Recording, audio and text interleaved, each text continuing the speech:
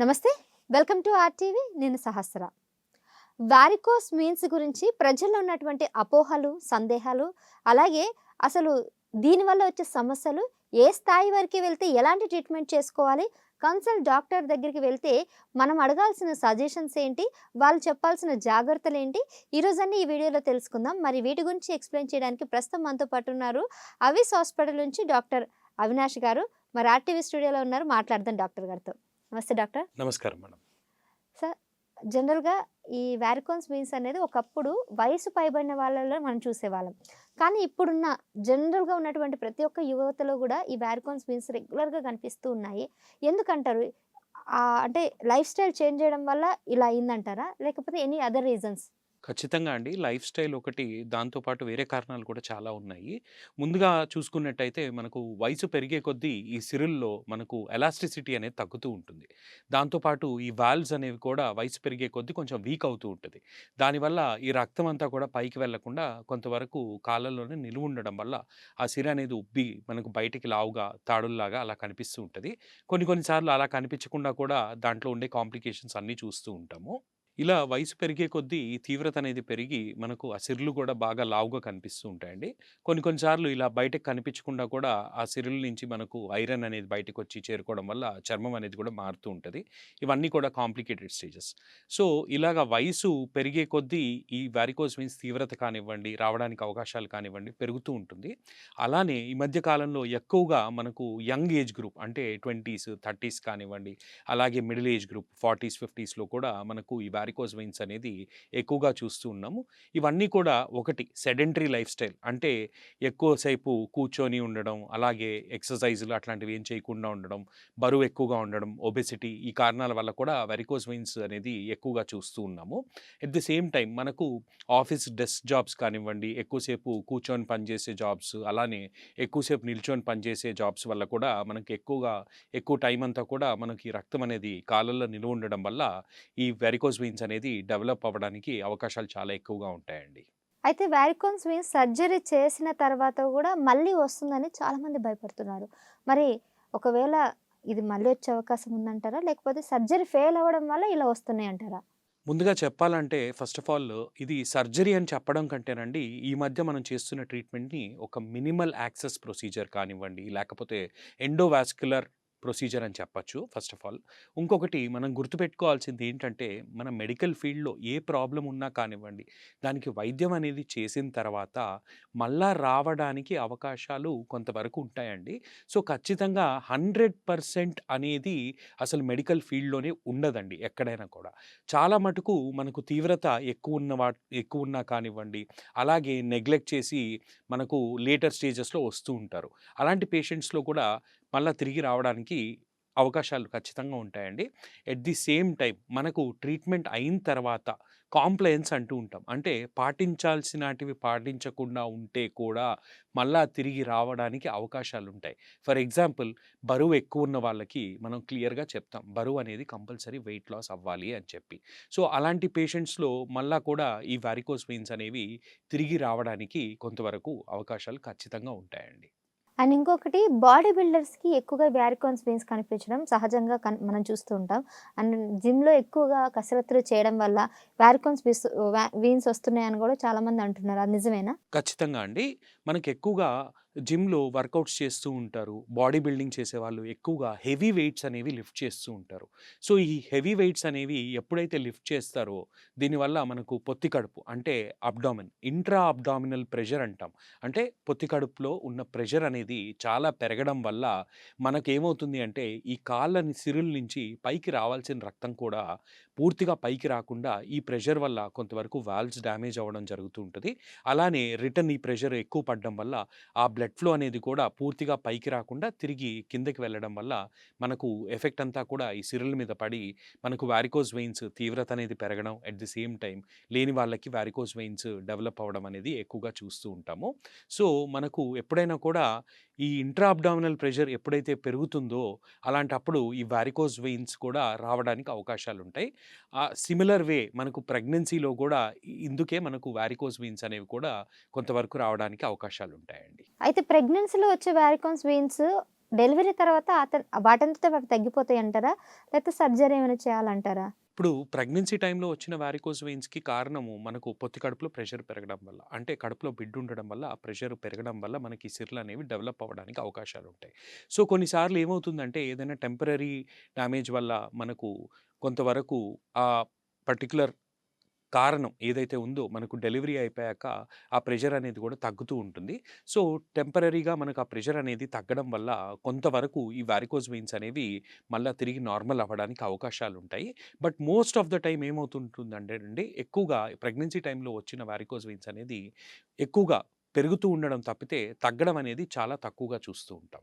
అంతే కాకుండా మహిళల్లో మనం వచ్చే ఈ వారికోస్ వెయిన్స్‌కి కారణం ఐ హీల్స్ కూడా ఒక రీజన్ అంటున్నారు. నిజమేనా? డెఫినెట్‌గా అండి. హై హీల్స్ వాడటం వల్ల కూడా వెరికోస్ వెయిన్స్ రావడానికి అవకాశాలుంటాయి. అలానే వెరికోస్ వెయిన్స్ స్టార్టింగ్ స్టేజెస్‌లో ఉన్న వాళ్ళకి కూడా తీవ్రత పెరగడానికి కూడా అవకాశాలుంటాయి. ఎందుకంటేనండి, ఈ హై హీల్స్ వాడడం వల్ల ఏమవుతుందంటే, మన ప్రెషర్ మొత్తం కూడా కాళ్ళు మునివేళ్ళ మీద పడుతూ ఉంటుంది. సో, దీనివల్ల మన కాళ్ళు పిక్కలు సరిగ్గా రిలాక్స్ అవ్వలేకపోవడం వల్ల రక్తం కూడా మనకు అక్కడనే నిలువుండిపోతూ ఉంటది. సో, దానివల్ల వెరికోస్ వెయిన్స్ అనేది డెవలప్ అవ్వడానికి అవకాశాలుంటాయి. అలాగే వెరికోస్ వెయిన్స్‌లో ఉండే సింప్టమ్స్ కూడా విపరీతంగా పెరుగుతూ ఉంటాయి. అందుకే చెప్తూ ఉంటారు, always save the high heels only for your occasions అని చెప్తూ ఉంటారండి. అయితే మరి వీటన్నిటికి సర్జరీ ఒక్కటే మార్గమా? ఎందుకంటే సర్జరీ లేకుండా ఇంజెక్షన్‌ల ద్వారా నయం చేసే ఛాన్స్ ఏం లేదంటారా?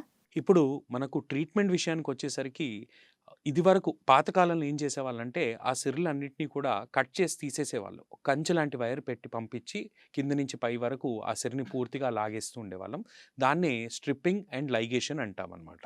సో, దీనివల్ల ప్రాబ్లమ్ ఏంటంటే, పోస్ట్ ఆపరేటివ్ పెయిన్ కానివ్వండి, అంటే నార్మల్ యాక్టివిటీ చేసుకోవడానికి చాలా టైం అనేది పట్టేది. దాదాపు 3-4 వారాల వరకు పేషెంట్ ఇబ్బంది పడుతూ ఉండేవాళ్ళు.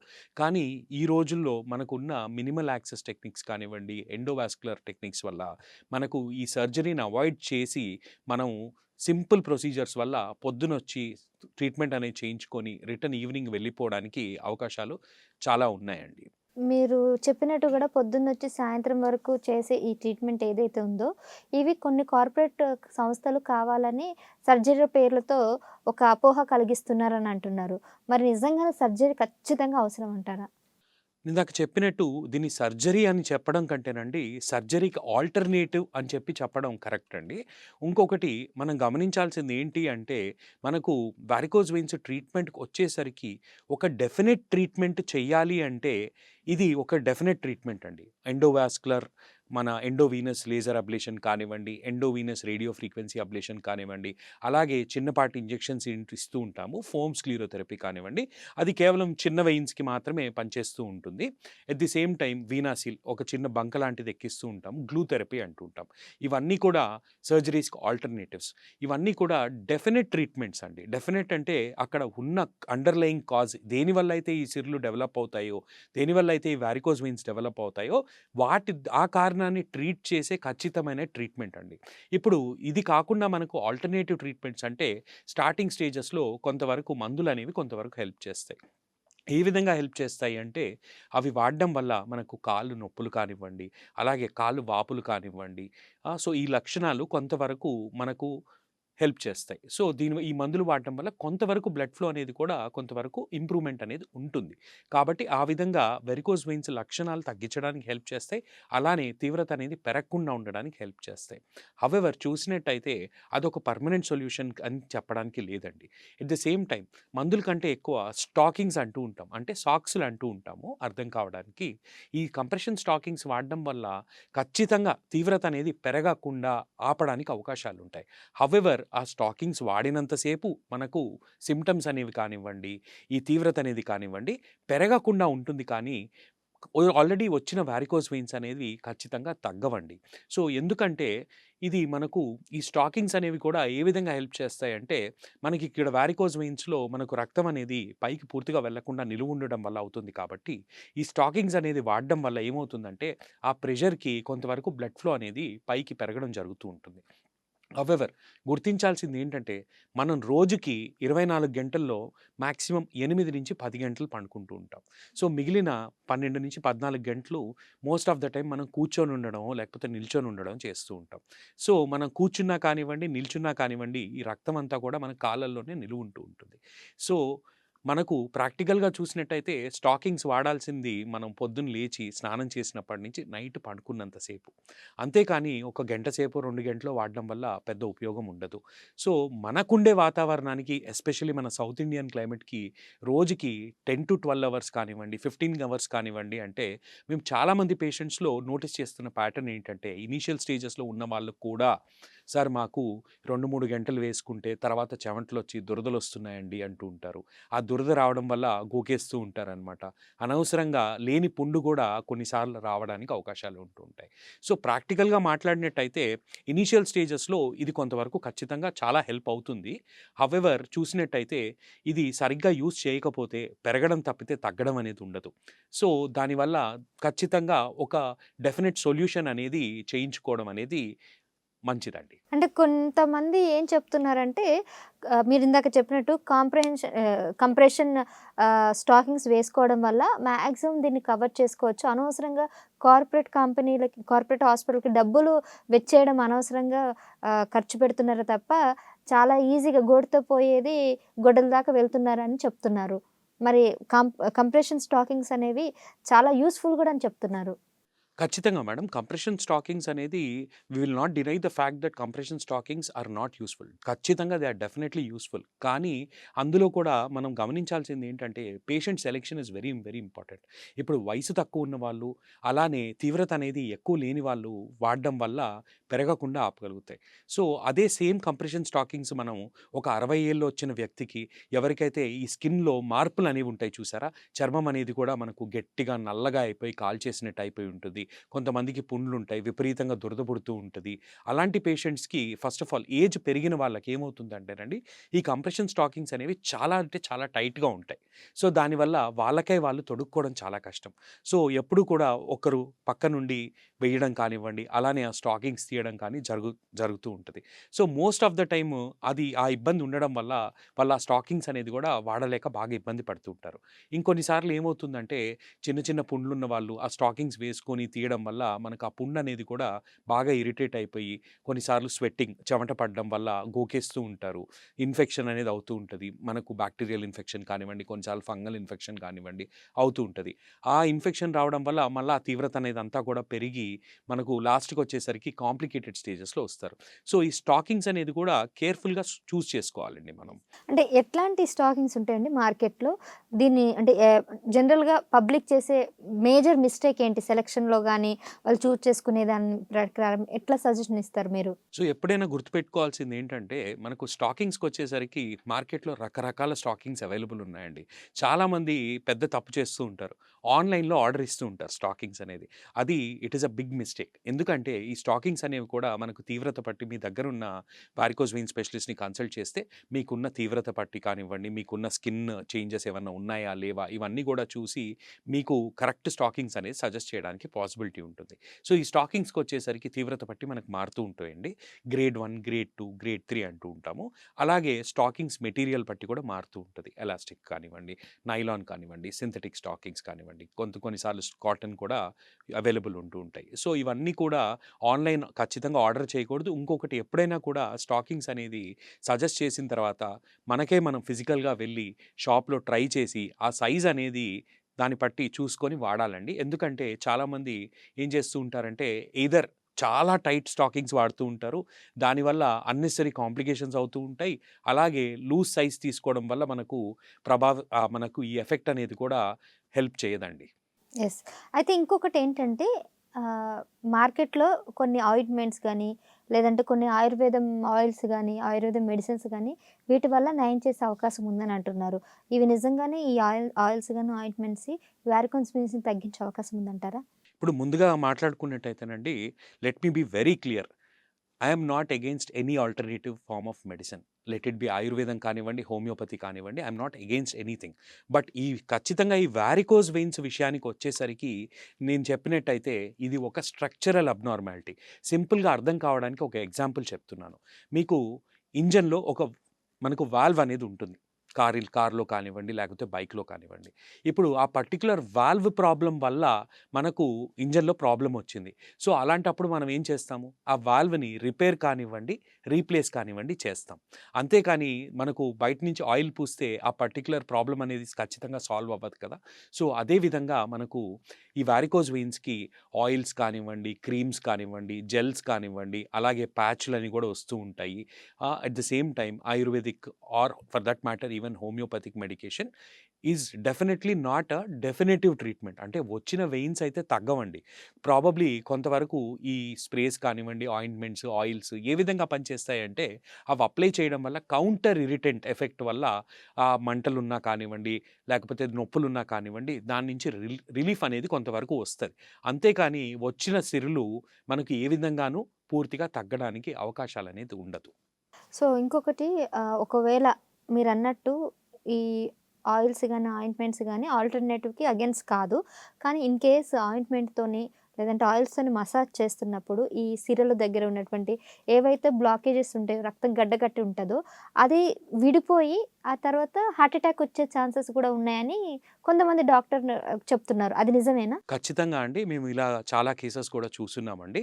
ఇందులో ఏమవుతుందంటేనండి, మనకు వారికోస్ వెయిన్స్‌లో one of the complication rare. However ఈ మధ్య కాలంలో ఎక్కువగా చూస్తున్నాము. దాన్నే డీప్ వెయిన్ థ్రాంబోసిస్ అంటాం. ఈ రక్తం అనేది కూడా ఎక్కువ సేపు నిలువుండేసరికి మనకు క్లాటింగ్ ఫ్యాక్టర్స్ ఉంటాయి. అందులో డిఫరెంట్ మెకానిజమ్స్ వల్ల ఈ రక్తం అనేది గడ్డ కట్టడానికి చాలా అవకాశాలుంటాయండి. సో, అలా రక్తం అనేది గడ్డ కట్టి ఆ సర్క్యులేషన్‌ని అక్కడే గనక బ్లాక్ చేసినట్టయితే కాలు విపరీతమైన వాపు, విపరీతమైన నొప్పొస్తూ ఉంటది. దాన్నే మనం డీప్ వెయిన్ థ్రాంబోసిస్ అంటాం. ఇప్పుడు ఆ గడ్డ కట్టిన రక్తం అక్కడే ఉంటే ఓన్లీ ఆ కాలు వరకే పరిమితం అవుతుంది. కాలు నొప్పి, వాపనేది. ఎప్పుడైతే కొన్నిసార్లు ఏమవుతుంది ఎక్సెస్ ప్రెషర్ వల్ల ఎస్పెషల్లీ మసాజ్ చేస్తున్నప్పుడు కానివ్వండి, లేకపోతే హెవీ యాక్టివిటీస్ చేస్తున్నప్పుడు కానివ్వండి, ఆ ప్రెషర్ వల్ల ఆ పర్టిక్యులర్ గడ్డనేది పైకి సర్క్యులేషన్ లోపలికి వెళ్ళడానికి అవకాశాలుంటాయి. అలా అయినప్పుడు ఈ గడ్డ పూర్తిగా వెళ్ళి మనకు లంగ్స్‌కి, ఊపిరితిత్తులకి, గుండెకి వెళ్ళే మార్గంలో ఇరుక్కుందనుకోండి, లాస్ట్‌కి ఏమవుతుందంటే మనకు ఊపిరితిత్తుల మీద, గుండె మీద ప్రభావం చూపిచ్చి ప్రాణం మీదకి రావడానికి అవకాశాలుంటాయి. సో, డీవీటీ ఉన్న పేషెంట్స్ ఈ మసాజెస్ విషయంలో చాలా అంటే చాలా కేర్‌ఫుల్‌గా ఉండాలండి. మీరన్నట్టు నరాలు ఉబ్బినప్పుడు గూడా అక్కడ గడ్డగట్టినటువంటి ఆ బ్లడ్ ఆ టైంలో మసాజ్ థెరపీ ద్వారా ఏమైనా చేస్తే అది ఊపిరితిత్తులో చేరడం, మెదడుకు చేరడం అనే కేసెస్ మీరు చూసారా ఇంతకుముందు? ఖచ్చితంగా అండి. చాలా కేసెస్ చూస్తూ ఉంటాము. హౌవెవర్ ఈ కాంప్లికేషన్ అనేది యూజువల్‌గా చాలా రేర్‌గా అవుతూ ఉంటది. కానీ అలా ఉన్న పేషెంట్స్‌లో మాత్రం చాలా కేర్‌ఫుల్‌గా ఉండాలండి. సో, వెంటనే మనము కొన్ని ఇన్వెస్టిగేషన్స్ ఉంటాయి. అవన్నీ చేయించుకొని మనకి ఎక్కడుంది ఈ గడ్డ? ఈ గడ్డ గనక పైకి వెళ్ళకుండా ఉంది, లేకపోతే మనకు ఊపిరితిత్తులకి వెళ్ళే మార్గంలో దగ్గరగా ఉంది అంటే దానికి తగ్గ ట్రీట్మెంట్ అనేది చేయించుకుంటూ ఉండాలి. ఫిల్టర్స్ అంటూ ఉంటాం. అలాగే థ్రాంబోలైసిస్ అంటాం. అంటే ఆ గడ్డ కట్టిన రక్తాన్ని మనం కరిగించడానికి చూస్తూ ఉంటాము. కొంతవరకు చిన్నగా ఉంటే మందులనేవి కూడా కొంతవరకు అవి కరగడానికి హెల్ప్ చేస్తాయి. సో, ఇలా ఉన్న పేషెంట్స్ మాత్రం ఎప్పటికప్పుడు మనకు కంటిన్యూయస్ ఫాలో అప్స్ అనేది వస్తూ ఉండాలండి. సార్ మనం జనరల్‌గా ఇది వంశపారపర్యంగా వస్తుందని చాలా సార్లు అనుకున్నాం. ఒకవేళ వంశపారపర్యంగా ఇది వచ్చినప్పుడు ఎంత ట్రీట్మెంట్ చేసినా గానీ ఇది మళ్ళీ నెక్స్ట్ జనరేషన్‌కి అంటే ఇప్పుడు నాకొచ్చిందనుకోండి. నేను ట్రీట్మెంట్ చేసుకొని అంతా సెట్ చేసుకుంటాను. నా తర్వాత జనరేషన్‌కి కూడా స్ప్రెడ్ అవుతదా? ఇది దీని గురించి మాట్లాడాలంటేనండి ఫస్ట్ థింగ్ ఇప్పుడు మనకు వారికోజ్ వెయిన్స్ వచ్చినాయి. సో, వచ్చిన వారికోజ్ వెయిన్స్‌ని మనం దాన్ని ట్రీట్ చేసుకుంటే వారికోజ్ వెయిన్స్ తగ్గుతాయి. అలా తగ్గినంత మాత్రాన మనకు జెనెటిక్ జీన్‌లో మార్పనేది ఉండదు. సో, ఆ విధంగా చూసినట్టయితే మీరు ట్రీట్మెంట్ చేయించుకున్నాక కూడా మీ నెక్స్ట్ జనరేషన్‌కి రావడానికి అవకాశాలు ఎక్కువగానే ఉంటాయి. సో, హౌవెవర్ అలా వచ్చినప్పుడు ఏం చేయొచ్చంటే ప్రాబబ్లీ రావడానికి అవకాశాలు ఎక్కువున్నప్పుడు మనం అవి రాకుండా ఉండాలి అంటే ఎక్కువసేపు నిల్చొని పనిచేయడం, ఎక్కువసేపు కూర్చొని పనిచేస్తున్నప్పుడు మనము చిన్న బ్రేక్స్ ప్రతి 15 నిమిషాలకి ఒక 2 నిమిషాలు నడిచి రావడం ఇలాంటివి చేసుకుంటూ ఎట్ ది సేమ్ టైమ్ ఎప్పుడైతే ఇవి స్టార్టింగ్‌లో గమనించినట్టయితే ఇనీషియల్ స్టేజెస్‌లో ఉంటే పెరగకుండా స్టాకింగ్స్ వాడుకోవడం. అలానే మనకు పెరిగినట్టయితే అది అంతకు మించి మన కాంప్లికేషన్‌లోకి ఎంటర్ అవ్వకముందే స్టేజ్ 4 అలా నోటీస్ చేసినప్పుడు దానికి డెఫినిట్ ట్రీట్మెంట్ అనేది చేయించుకుంటే ఈ వారికోజ్ వెయిన్స్ అనేది మనకు ఎఫెక్ట్ చేయకుండా మనం దాన్ని ఆపడానికి అవకాశాలు చాలా ఉంటాయండి. ఓకే. సో, హెరిటేజ్ నుంచి అది మనం అన్నట్టు వంశపార్యపరం కాకుండా కొన్ని అదర్ రీజన్స్ కూడా మాట్లాడుకున్నాం కదా! అవునండి. సో, దాంట్లో ముఖ్యంగా చాలామంది అమ్మాయిలకి సో, నాకు గూడా ఆ డౌట్ ఉంది. జీన్స్ వేసుకోవడం వల్ల గూడా వారికోస్ వెయిన్స్ వస్తున్నాయి అంట నిజమేనా? అంటే ఇప్పుడు మనకు టైట్ కంప్రెషన్ బట్టలు ఇవి ఎంతవరకు అంటే కొంతవరకు ఆ కంప్రెషన్ ఫ్యాక్టర్ అనేది మారుతూ ఉంటుంది. సో, కొన్నిసార్లు అవి చాలా టైట్‌గా ఉండడం వల్ల అసలు బ్లడ్ ఫ్లోని కూడా కంప్రెస్ చేసి పూర్తిగా వెళ్ళనీయకుండా చేస్తాయి. సో, దానివల్ల కూడా వారికోస్ వెయిన్స్ రెగ్యులర్‌గా వాడుతూ ఉంటే వారికోస్ వెయిన్స్ రావడానికి అవకాశాలుంటాయి. అలాగే ఆల్రెడీ వచ్చిన వారికోస్ వెయిన్స్ తీవ్రత కూడా చాలా పెరగడానికి అవకాశాలుంటాయండి. వచ్చిన తర్వాత అమ్మాయిలకి అక్కడ ఒక గ్రీన్ కలర్ లేకపోతే నల్లగా ఉండడం వల్ల ముఖ్యంగా కాళ్ళు అసహ్యంగా కనిపిస్తున్నాయని సర్జరీ‌లకి వెళ్తున్నారు తప్ప, నొప్పి లేకపోయినా సర్జరీలు చేయించుకుంటున్నారు అంటున్నారు. అలాంటి వాళ్ళకి ఏం చెప్తారు? ఇప్పుడు మనం ఆ విషయానికొచ్చేసరికంటే ఇట్ ఈస్ టోటలీ పర్సనల్. ఓకేనా? సో, ఏమవుతుందంటే చాలామంది మనము ఎక్కువగా నెగ్లెక్ట్ చేస్తూ ఉంటాం. వాళ్ళొచ్చి చెప్తూ ఉంటారనమాట. సార్ మాకొక సోషల్ యాంగ్జైటీ ఉంది. సోషల్ ఫోబియా ఉంది. మేము ఇట్లా నలుగురిలో ఫంక్షన్స్‌కెళ్ళినప్పుడు అందరూ అడుగుతూ ఉన్నారు. ఏంటి? ఏంటి అలా ఉంది ఏంటి? ఇలా ఉంది ఏంటి? అంటూ ఉంటారు. సో, కొంతమంది దాన్ని చాలా సీరియస్‌గా తీసుకుంటూ ఉంటారండి. అలాంటి వాళ్ళకి ఖచ్చితంగా చేసుకుంటే even they will feel better. ఓకేనా? హౌవెవర్ దట్ ఈస్ టోటలీ ఒక పర్సనల్ డెసిషన్.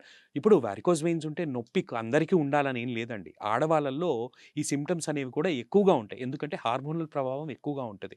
మగవాళ్ళకొచ్చేసరికి ఈ సిమ్టమ్స్ అన్నీ కూడా ఎక్కువ నెగ్లెక్ట్ చేస్తూ ఉంటారు. సో, అందుకనే మగవాళ్ళలో మేము ఎక్కువ కాంప్లికేటెడ్ కేసెస్ చూస్తూ ఉంటాం. ఆడవాళ్ళలో సిమ్టమ్స్ ఎక్కువ ఉండడం చూస్తూ ఉంటామండి. ఎందుకండి ఎక్కువ ఆడవాళ్ళు రావడం? ముఖ్యంగా టీచర్స్‌కి గాని, లేదంటే పోలీస్ కానిస్టేబుల్స్ గాని, ఈ కొన్ని పర్టిక్యులర్ ప్రొఫెషన్ ఏదైతే ఉందో వాళ్ళకే వస్తుండానికి రీజన్ ఏంటి? సో, ఇప్పుడు చూసినట్లయితే మనం మాట్లాడుకున్న ప్రొఫెషన్స్ అంతా కూడా ఎక్కువ long time standing jobs madam. So, దానివల్ల ఇవి మళ్ళా కూడా రావడానికి అవకాశాలు ఎక్కువుంటాయి. అండ్ అందులో ఆడవాళ్ళకి రావడానికి ఎక్కువ అవకాశాలు ఎందుకుంటాయంటేనండి, I'm not being gender biased, don't get me wrong. ఇప్పుడు మనకు ఎక్కువ సార్లు వచ్చేసరికి most of the women in India are హౌస్ వైఫ్స్. So, most of the time house వైఫ్స్‌కొచ్చేసరికి వీక్లీ ఆఫ్స్ అనేవి గూడా వాళ్ళకుండవండి. సో, సాటర్‌డే, సండే గూడా ఎక్కువ సేపు నిల్చొని పని జేయడం అనేది చేస్తూ ఉంటారు. సో, అందుకని ఈ తీవ్రత అనేది కూడా ఆడవాళ్ళలో ఎక్కువగా చూస్తూ ఉంటాం. ఆడవాళ్ళకే కాకుండా మగవాళ్ళలో ఎక్కువ డ్రైవింగ్ చేసే వాళ్ళకి, లేతే కూర్చొని ఉన్న వాళ్ళకి, లారీ డ్రైవర్స్‌కి ఇలాంటి వాళ్ళకి నేను ఈ కేసెస్ బాగా చూసాను. సో, అవునండి. మరి వీళ్ళకి ఎటువంటి జాగ్రత్తలు ఒకవేళ ట్రీట్మెంట్ తర్వాత మరి ప్రొఫెషన్ అయితే కంటిన్యూ చేయాలి గదా! మరి ఖచ్చితంగా ఏం అండి. చెప్తారు? సో, అలాంటి పేషెంట్స్‌కి ఏంటంటేనండి, ఫస్ట్ ముందుగా ఇలాంటి సిమ్టమ్స్ ఏమైనా చూసినా కానీ, ఫస్ట్ నెగ్లెక్ట్ చేయకండి మీరు.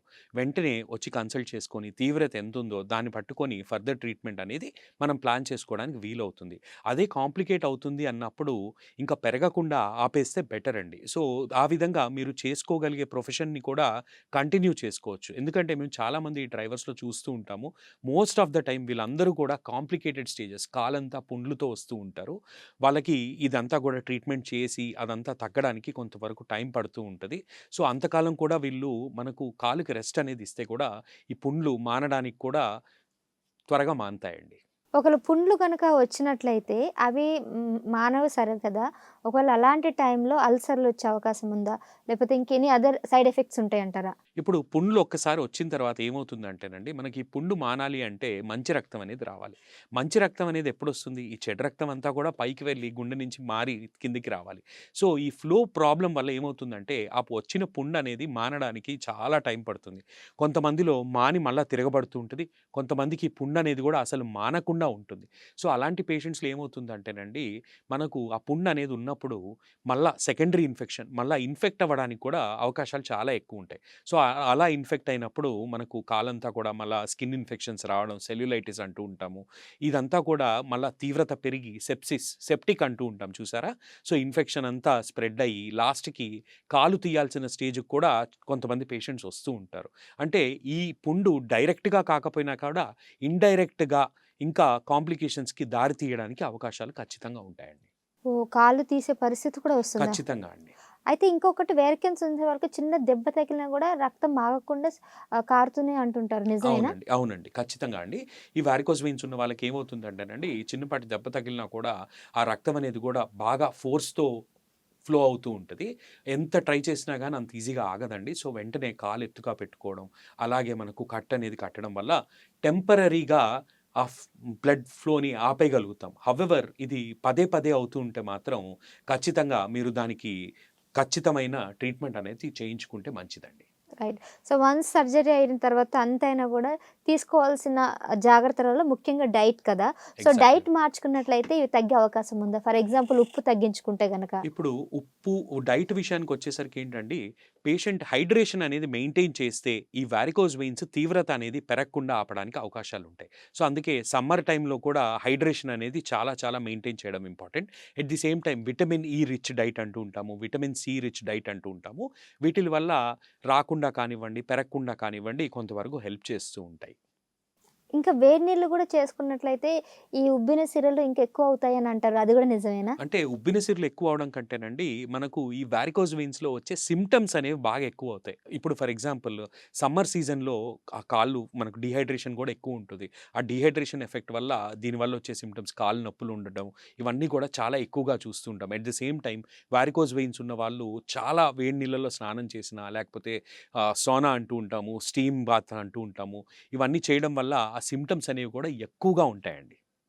సో, ఫైనల్‌గా అల్టిమేట్‌గా మీరు వారికోన్స్ వెయిన్స్ ఉన్న వాళ్ళకి ఇచ్చే వార్నింగ్ ఏంటి?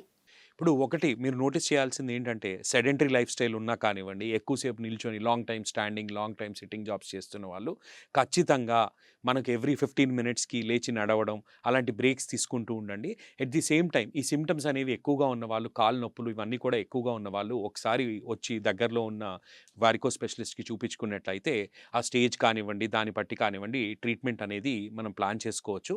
అలానే రంగు మారి ఇబ్బంది పడుతూ ఉంటారు చూసారా? అలాంటి వాళ్ళు మాత్రం ఖచ్చితంగా నెగ్లెక్ట్ చేయకూడదు. వెంటనే మీ దగ్గరున్న స్పెషలిస్ట్‌ని కన్సల్ట్ చేసి ఫర్దర్ ట్రీట్మెంట్ అనేది ప్లాన్ చేసుకుంటే రేపన్న రోజు ఆ తీవ్రమైన స్టేజ్‌కి వెళ్ళకుండా ఆపడానికి వీలవుతుందండి. Right doctor. చాలా విషయాలు తెలియజేశారు. సో, నాకున్న డౌట్స్‌తో పాటు మా ప్రేక్షకులకున్న డౌట్స్ కూడా మీ ద్వారా మాకు ఈరోజు అన్నీ కూడా క్లియర్ అయ్యాయి అనుకుంటున్నాను. సో, వెల్ అండి ఇది డాక్టర్ అవినాష్ గారు అన్ని చెప్పిన విషయాలు వారికోన్స్ వెయిన్స్ మీద. మీకు ఇంక ఎటువంటి సందేహాలున్నా కూడా డెఫినిట్‌గా కింద కామెంట్ సెక్షన్‌లో అడగండి. డాక్టర్ గారితో మరో వీడియోలో మళ్ళీ కలుద్దాం. చూస్తూనే ఉండండి ఆర్టీవీ. నమస్కారం.